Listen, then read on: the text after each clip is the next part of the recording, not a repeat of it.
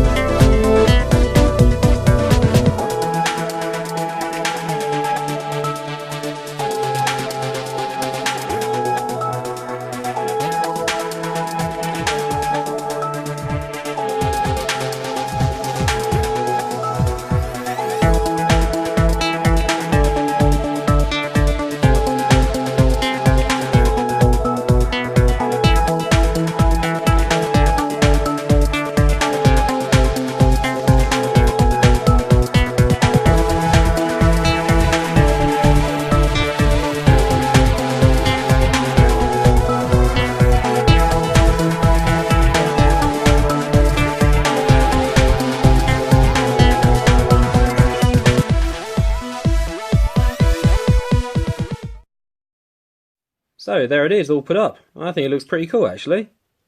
Let me know what you think in the comments box below. So thanks very much for your time guys. If you enjoyed this video, please consider subscribing here. Or if you want to watch another video like it, try this one out. Cheers!